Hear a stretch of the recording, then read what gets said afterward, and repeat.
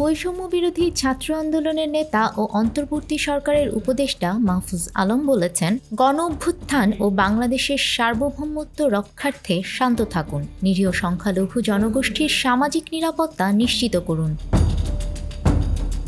মঙ্গলবার নিজের verified Facebook আইডিতে এক পোস্টে এসব কথা বলেন তিনি। মাহফুজ আলম বলেন, সরকার দ্রুতই সব রাষ্ট্রদ্রোহী ও সন্ত্রাসীদের বিরুদ্ধে যথাযথ ব্যবস্থা নিশ্চিত করবে।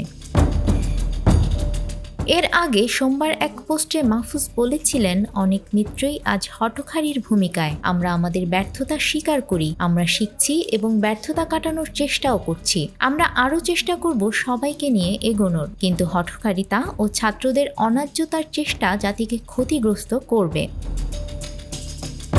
সম্মিলিত সনাতনী জাগরণ জোটের মুখপাত্র পুণ্ডরিক ধামের অধ্যক্ষ চিন্ময় কৃষ্ণ দাস ব্রহ্মচারীকে মঙ্গলবার কারাগারে পাঠানোর আদেশ দেন আদালত।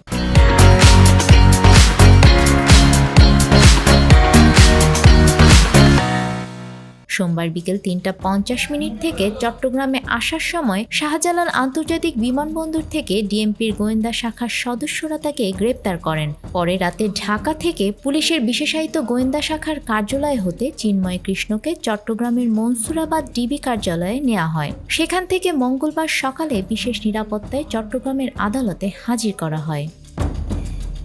নিউজ ডেস্ক, আমাদের সময়।